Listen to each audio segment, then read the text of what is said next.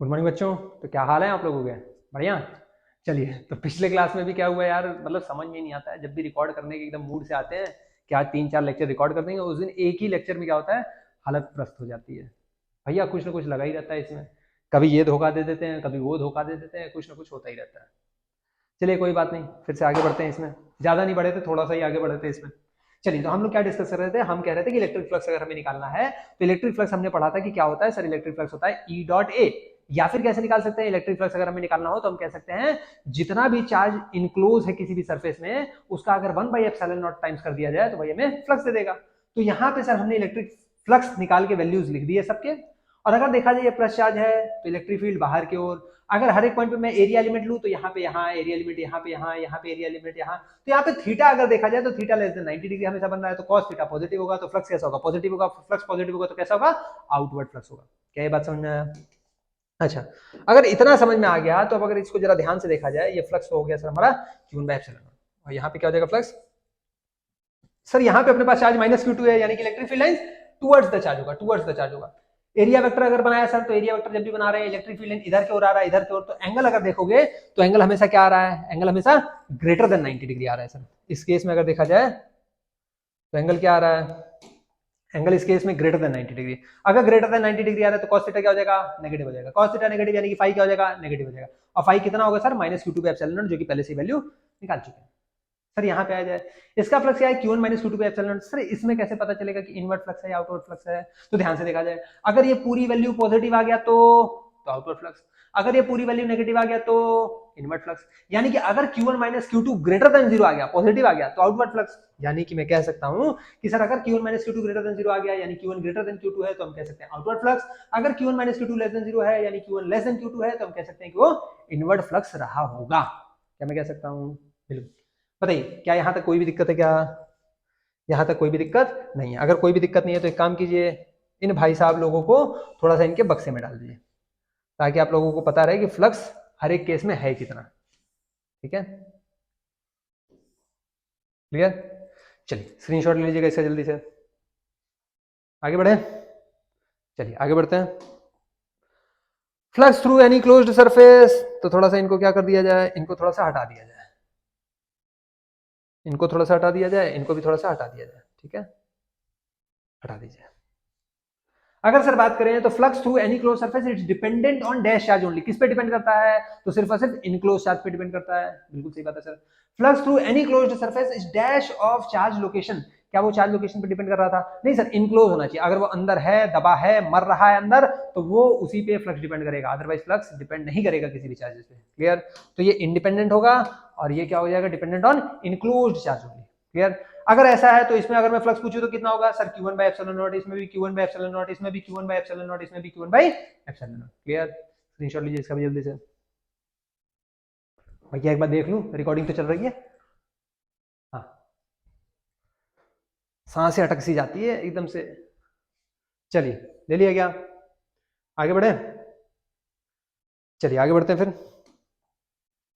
Flux is, कह रहा है flux is dash of shape and size of surface, it only depends on enclose charge. बिल्कुल, सिर्फ और सिर्फ इनक्लोज चार्ज पे डिपेंड करता है। तो क्या फ्लक्स शेप और साइज ऑफ सरफेस पे डिपेंड करता है? नहीं डिपेंड करता है। अगर नहीं डिपेंड करता है तो हम क्या कह सकते हैं कि flux is independent of, is independent of, is independent of shape and size of surface। ठीक है, it only depends on enclosed charge only। यानी कि अगर मैं बात करूं, अंदर मेरा कोन है, उसके बाहर मेरा एक स्फीयर है, उसके बाहर मेरा एक क्यूब है।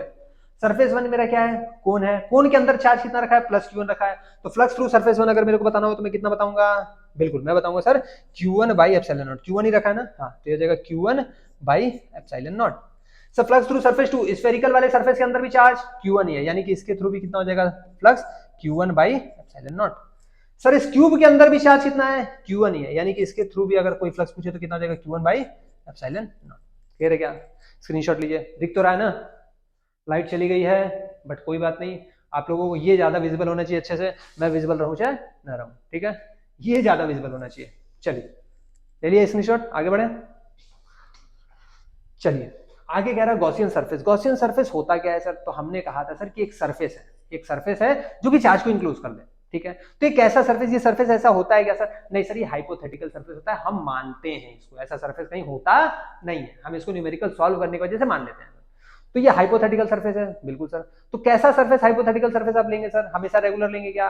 भैया तुम्हारी मर्जी, रेगुलर लेना है रेगुलर लो, इररेगुलर लेना है इररेगुलर लो, तुम्हें जैसा मर्जी वैसा सरफेस ले लो, ठीक है। बट सरफेस यानी कि उसके अंदर चार्ज इनक्लोज होना चाहिए, वैसा ही सरफेस लेना। पता चला चार्ज कहीं यहाँ है और सरफेस यहाँ पे ले लिया, ऐसे ऐसे कह रहे ले लिए सर गॉसियन सरफेस, अबे चार्ज इसके अंदर होना चाहिए, बात समझ आ रहा है? ऐसा ले लियो, भेजे में जा रहा है। हाँ, यानी कि तो अगर गॉसियन सरफेस का बात किया जाए तो Gaussian surface is an hypothetical surface, ठीक है, is an hypothetical surface of any shape any size. लेकिन सर हम कैसा लेंगे? मैं हमेशा रेगुलर लूंगा, मैं हमेशा कैसा लूंगा? रेगुलर लूंगा। इररेगुलर लिए तो करने में मौत आ जाएगी, तो करने में क्या जाएगा? मौत आ जाएगी। कैसे? देखते हैं जरा। देखिए, अगर बात किया जाए तो Gaussian surface it is an hypothetical surface, it is an,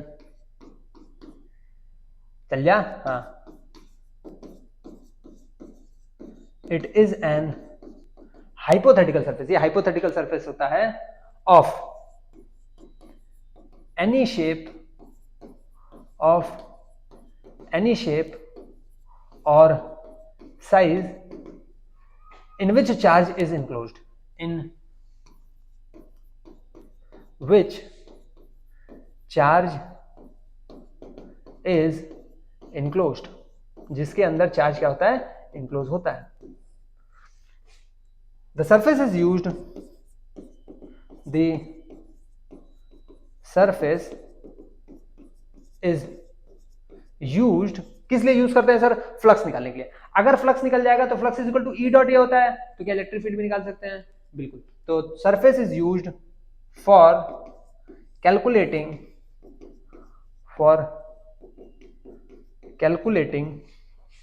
electric field और flux.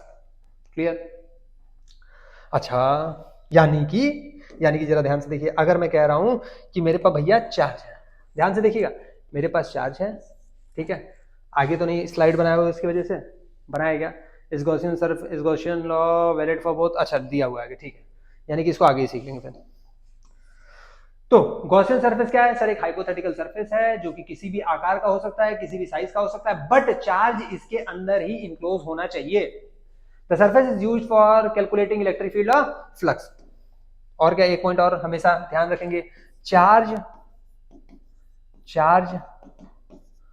should not be present, charge should not be present on Gaussian surface, sir Gaussian surface पे कभी भी चार्ज नहीं लेंगे। क्यों? क्योंकि गॉस लॉ बोला था कि sir charge enclosed, charge on the surface के बारे में बात नहीं किया था। तो कभी भी जब भी गॉसियन सरफेस बनाएंगे, ध्यान देंगे कि जो भी हमारा सरफेस है वो हमेशा चार्ज के बाहर है, वो हमेशा चार्ज के बाहर है। चार्ज के ऊपर ही मत बना देना, चार्ज के बाहर भी मत बनाना, चार्ज के बाहर हमेशा गॉसियन सरफेस होना चाहिए। यानी कि आपका चार्ज हमेशा गॉसियन सरफेस के अंदर होना चाहिए। क्या गॉसियन सरफेस पे लाई कर सकता है? नहीं। क्या गॉसियन सरफेस के बाहर लाई कर सकता है? अरे नहीं भैया, समझो बात को, चार्ज जो है वो हमेशा गॉसियन सरफेस के अंदर ही रहना चाहिए। क्लियर है क्या? चलो स्क्रीनशॉट लो इसका जल्दी से, ले लिया क्या? है? आगे बढ़े, चलिए आगे बढ़ते हैं। फिर कह रहा है sir is Gauss law valid for both regular and irregular surface? तो बड़ा बड़ा लिख देंगे yes, it is valid, yes. क्यों सर? कैसे सर? कैसे निकालेंगे सर? तो देखते हैं सर, देखते हैं। अगर मैं यहां पे बात करूं तो आप लोगों के पास थोड़ा बहुत तो भेजा ही है, तो देखते हैं। सर इसकी इलेक्ट्रिक फील्ड लाइन कहीं ना कहीं ऐसे ऐसे बाहर जा रही होंगी। अरे भैया हाँ, कहीं ना कहीं तो बाहर जा रही होंगी, बिल्कुल सर। और अगर जा रही होंगी तो क्या आप मेरे को ये बता सकते हैं कि ये मेरी इलेक्ट्रिक फील्ड है? बिल्कुल सर। तो इलेक्ट्रिक फील्ड हर एक पॉइंट पे क्या होंगी सर? चाहे यहां देखिए, चाहे यहां देखिए, चाहे यहां देखिए, चाहे यहां देखिए, सब में क्या होगी सर? के क्यू बाई आर स्क्वायर। यानी कि यहां पे अगर मैं ई के बारे में पूछूं तो E is equal to K Q by R square if यहाँ पे लिख भी दें, ये रेगुलर है, लिखा तो है, लिखा नहीं है क्या? चलिए यहाँ पे लिख देते हैं रेगुलर सरफेस, रेगुलर, और यहाँ पे लिख देते हैं इर्रेगुलर। ठीक है। अब यहां पे अगर मैं बात करूं तो सर यहां पे भी जो इलेक्ट्रिक फील्ड लाइन होगा वो तो बाहर की ओर ही निकलेगा सर, उसमें तो कोई भी डाउट नहीं है, इसमें तो कोई भी डाउट नहीं है सर।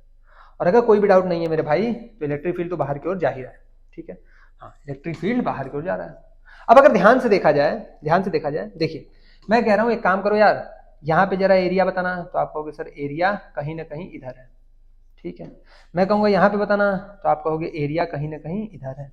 ठीक है भाई, मैं कहूँगा एक काम करो यहाँ बताना, तो आप कहोगे एरिया कहीं ना कहीं यहाँ है। मैं कहूँगा एक काम करो यहाँ बताना, तो आप कहोगे एरिया कहीं ना कहीं यहाँ है। अरे गजब, क्या बात है, एरिया बनाने आ गया क्या? मैं कहूँगा इधर बताना, तो कहोगे एरिया कहीं ना कहीं यहाँ।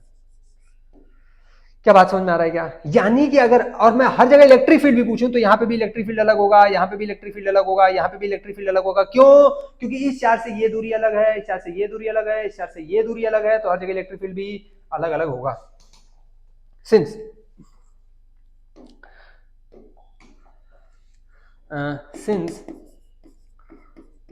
Point on irregular surface lies on different distance, lies on different distances from charge,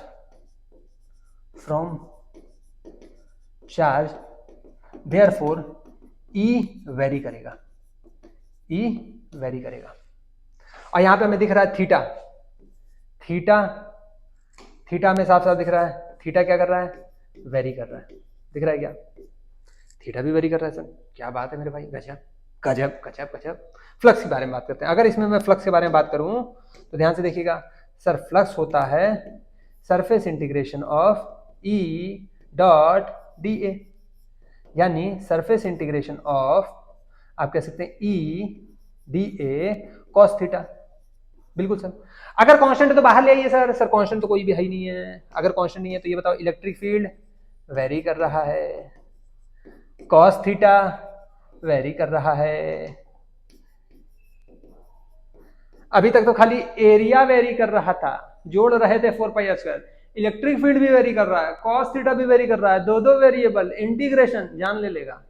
ठीक है बेटा, डिफरेंशिएशन अगर होता, दो वेरिएबल होते तो थोड़ा बहुत प्रयास कर लिए होते। यहाँ पे दो वेरिएबल आ गए, करना इंटीग्रेशन, तड़पने लगोगे। मत ले लेना ऐसा सरफेस, इधर आ जाओ। रेगुलर इलेक्ट्रिक फील्ड KQ/r², और ये जो इलेक्ट्रिक फील्ड है ये कैसा है सर?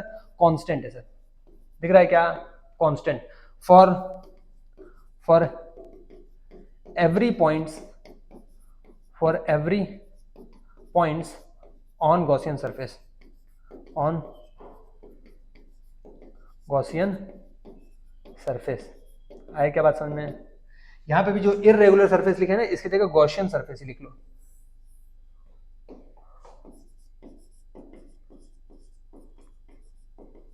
आ रहा है क्या बात समझ में? और यहाँ पे बता देना कि भैया गॉसियन सरफेस है कौन सा। पता लगा अपने ही नहीं पता है कि गॉसियन सरफेस कौन सा है, तो यही गॉसियन सरफेस है। ठीक है,